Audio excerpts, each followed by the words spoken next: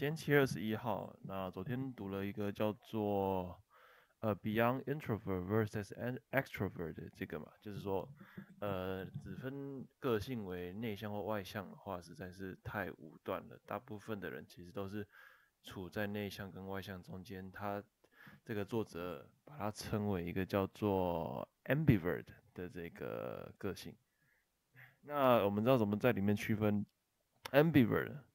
那他是说我们在 ambivert，我们这些 ambivert 的人呢，他其实里面还有再分为4个叫做什么4个 state 4个状态。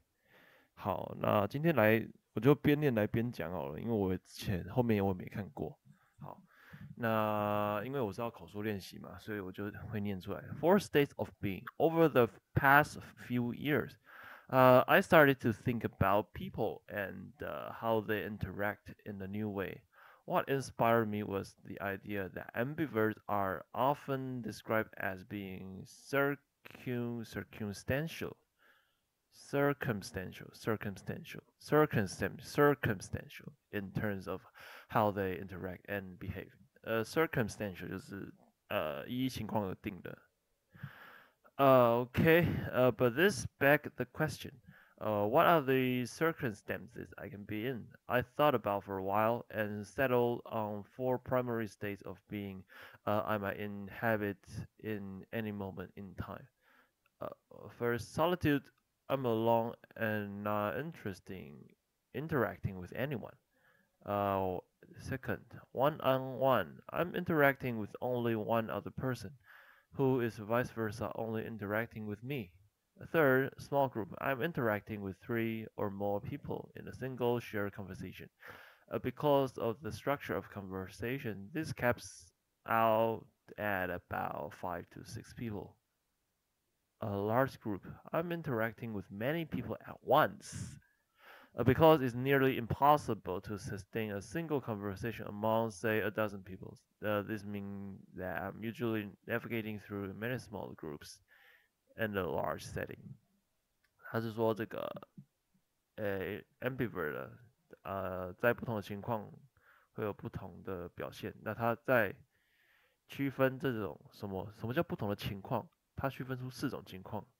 一个叫做独处，没有跟任何人互动，然后一个是1对1互动，然后一个是5到6人之间，然后只有单一话题的互动。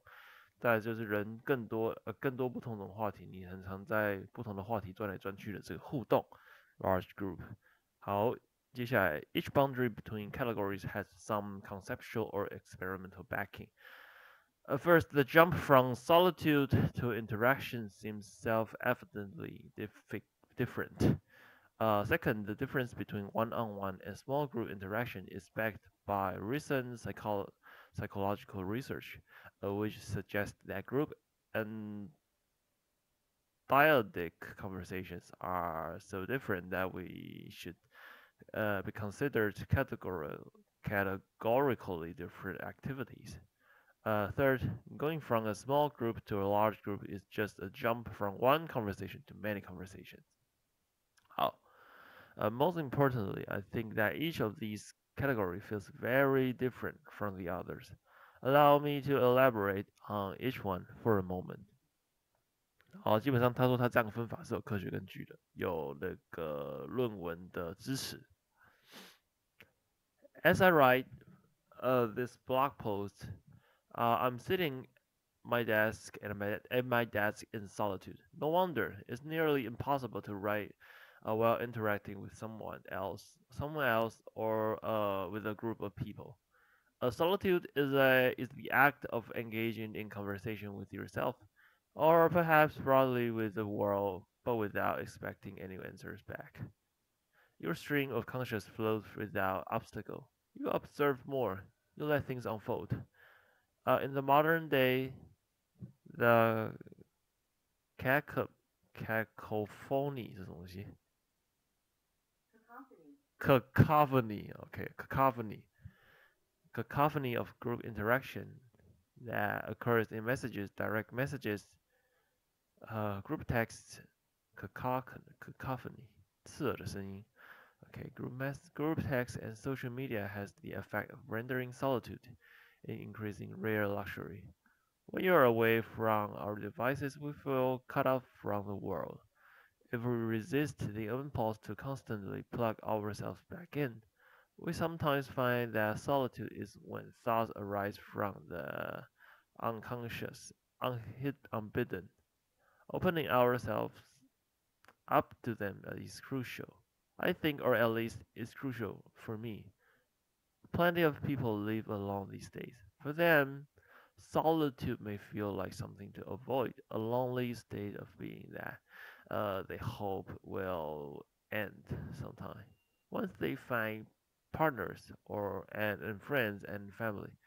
But everything needs modernization, and connecting with others is no exception. 好，那独处的话，就是真的就是让你的思绪奔放的这个状态，不跟任何人接触。但是现在我们因为有太多人在用手机，然后很多人会私讯你，就导致你说你很常脱离这个单独让思绪奔放的状态，你很常跟人家连接上。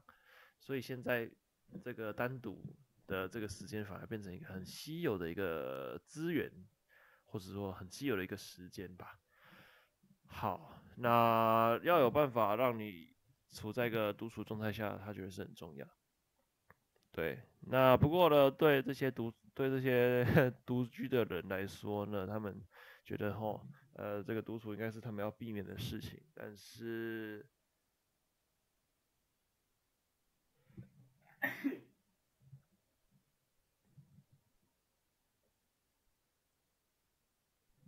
呢，跟人家有互动这件事情，其实有互动的这件事情呢，其实也是要被管理的，不能无节制的去跟人家互动。当然也是不能无节制的，也不跟人互动啊。那它就是这么一个的 idea。好，那今天先讲 solitude，那后来接下来应该可以直接把剩下4个状态，哦，可能不行，可能要再分个2次。先把 one on one 跟这个 small group、large group 讲完，然后再讲后面它的一些其他的，应该是它的 insight 或是其他特殊的发现等等的吧。好，那我们就下次再见吧，拜。